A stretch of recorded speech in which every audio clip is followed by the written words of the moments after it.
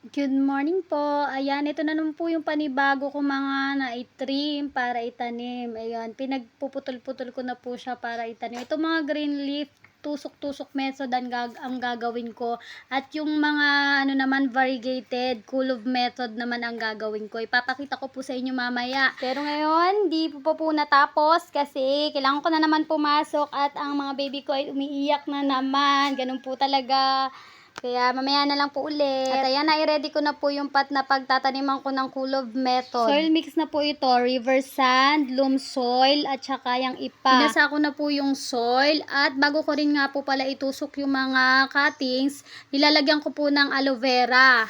Ito pong aloe vera ay very effective na pampaugat. Kaya every time po na magka-cuttings ako at magtatanim ng bougainvillea, naglalagay po ako ng aloe vera. At ito po, naitusok ko na po yung mga variegated ang dahon. Sunod naman po ay didiligin ko sila ulit para siguradong basa po yung soil nila bago ko lagyan ng plastic.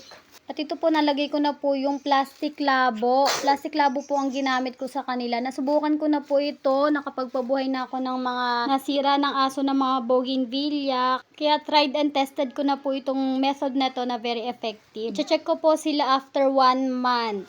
At ito naman po yung tusok-tusok method. Ito naman po, hindi na kailangan sukluban ng plastic, pero ito po dinidilig everyday. At dahil tag-ulan nga po ngayon, minsan makakalibre ng dilig kasi nga po nag-uulan, kaya mas madaling makabuhay ng halaman. Makakatipid din po sa effort. At ayan po, hanggang dito lang po muna for today's video. I-update ko na lang po kayo after 1 month. Salamat po!